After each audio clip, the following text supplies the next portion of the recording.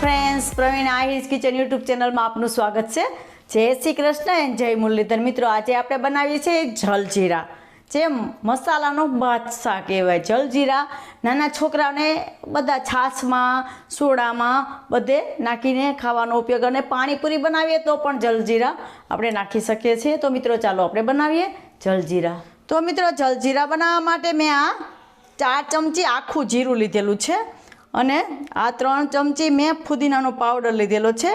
આ આપણે ઘરે મારો બનાવેલો છે, ઘરનો જ બનાવેલો છે પાવડર। આપણે ઘરે બનાવીને સ્ટોર કરીને રાખી શકીએ। જ્યારે પાણીપુરીને ક્યારે બનાવવું હોય તો આપણે પાવડર હોય તો આપણે એનો યુઝ કરી શકીએ। આ 1 ચમચી મેં હિંગ લીધેલી છે, અને આ જિંજર પાવડર લીધેલો છે। આ આમચૂર પાવડર મેં 2 ચમચી લીધેલો છે। જિંજર પાવડર 1 ચમચી આપણે લેવાનો છે। આ 3 ચમચી મેં સંચર પાવડર લીધેલું છે। 1 ચમચી મેં આ મરી લીધેલા છે, આખા મરી છે।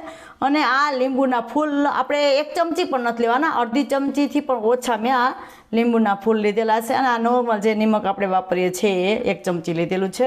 તો સૌથી પહેલાં આપણે આ ગેસ ચાલુ કરીશું। આપણે આ હલવાઈને એમાં થોડું આપણે આવી રીતે થોડુંક ગરમ થવા દેશું।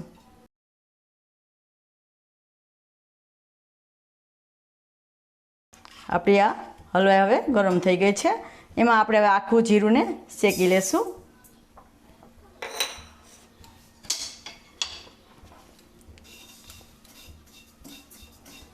આવી રીતે આપણે આ જીરાને શેકી લેશું। અને એકદમ વધારે નથી શેકવાનું, આમ થોડોક આપણે આ સુગંધ આવવા માટે આપણે જીરા શેકાવાનો એટલું જ આપણે, નહીંતર પછી આપણો આ સારો નહીં બને। આપણો જે જલજીરા પાવડર બનાવીએ છીએ મિત્રો, એ સારો ના બને, એનો ટેસ્ટ બરાબર ના આવે। વધારે થોડોક બળી જાય તો પણ આનો બધો ટેસ્ટ વિખાઈ જાય મિત્રો। એટલે આપણે થોડું જીરુંને શેકવાનું છે, થોડું ખાલી આમ સુગંધ આવી જાય એટલું, થોડો નહીં એવો માઇનર કલર બદલે એટલું આપણે જીરું શેકવાનું છે।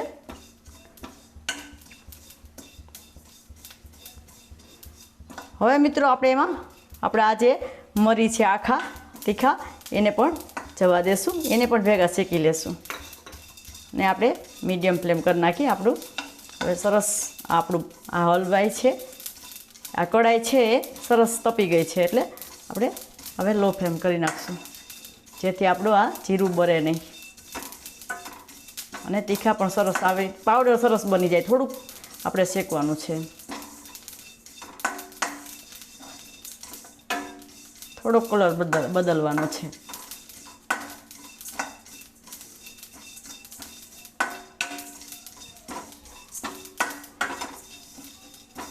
હવે મિત્રો આપણે ગેસ બંધ કરી દઈએ, અને આપણે આમાં આપણું જીરુંને કાઢી લેશું, જેથી જલ્દી ઠંડુ થઈ જાય મિત્રો।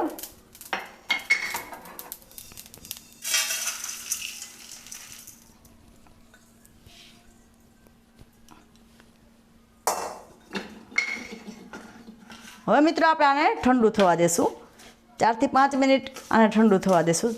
જલ્દીથી ઠંડુ થઈ જાય, વરાળ નીકળી જાય એટલે ઠંડુ થઈ જાય। મિત્રો આપણે આ સરસ ઠંડુ થઈ ગયું છે।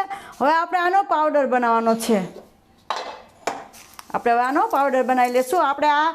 આપણે બનાવીએ ત્યારે આપણે જોઈ લેવાનું, અંદર ભીનું થોડું ભેજવાળું ના હોવું જોઈએ, નહીંતર આપણો મસાલો સારો નહીં રહે, ખરાબ થઈ જશે। આપણે 1 વર્ષ માટે રાખવો હોય તો ખરાબ થઈ જાય। એકદમ સરસ ચોખ્ખું હોવું જોઈએ, સૂકેલું હોવું જોઈએ। હવે આપણે આને પાવડર બનાવી લેશું। તો મિત્રો આપણે આ પાવડરને બનાવી લીધેલો છે, આમ સરસ એકદમ મસ્ત પાવડર આપણો આવો તો પાવડર થઈ ગયો છે, સરસ આવી રીતે થઈ જવો જોઈએ, એકદમ સરસ ઝીણો। તો હવે પાછું આપણે આ બધું નાખીને એકદમ સરસ પાછું મિક્સ કરી લેશું। આપણે આને એમાં જવા દેશું, ફુદીનાનો જે પાવડર છે એને, આ હિંગને પણ આમાં જવા દેશું।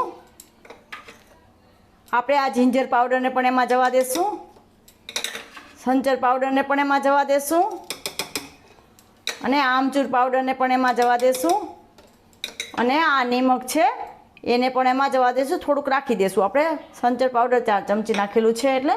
અને હવે આ લીંબુના ફૂલને પણ એમાં જવા દેશું, અને ફરીથી આપણે આને એવી રીતે મિક્સ કરી લેશું મિક્સરમાં। તો મિત્રો આપણે સરસ મિક્સ કરી લીધું છે, જોઈ લઈએ આપણે, એકદમ મસ્ત આપણો જલજીરા પાવડર બની ગયો છે। હવે આપણે આ પ્લેટમાં કાઢી લેશું।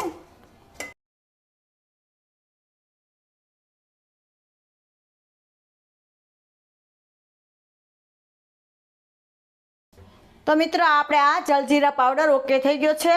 મિત્રો આવી રીતે તમે ઘરે જરૂર ટ્રાય કરજો, તમે આખા વર્ષ સ્ટોર કરી શકો એટલી મસ્ત આપણે આ જલજીરા તૈયાર થઈ જાય છે। આપણે ઘરે આપણે કોઈ પણ ચાટમાં કે આપણે કોઈ ફ્રૂટમાં અથવા તો આપણે પાણીપુરી બનાવીએ ત્યારે તમે આમાં બધે આનો જલજીરાનો ઉપયોગ કરી શકો છો। તો મિત્રો આજની આ રેસીપી તમને કેવી લાગે એ મને કોમેન્ટ બોક્સમાં જરૂરથી જણાવજો। અને મિત્રો તમને ખાસ રિક્વેસ્ટ છે કે તમે મારી ચેનલમાં નવા હોય અને હજી સુધી સબસ્ક્રાઈબ ના કર્યું હોય તો પ્લીઝ સબસ્ક્રાઈબ કરી દેજો, લાઇક કરજો, શેર કરજો। ફરીથી મળીશું એક નવી રેસીપી સાથે, ત્યાં સુધી જય શ્રી કૃષ્ણ, જય મુરલીધર।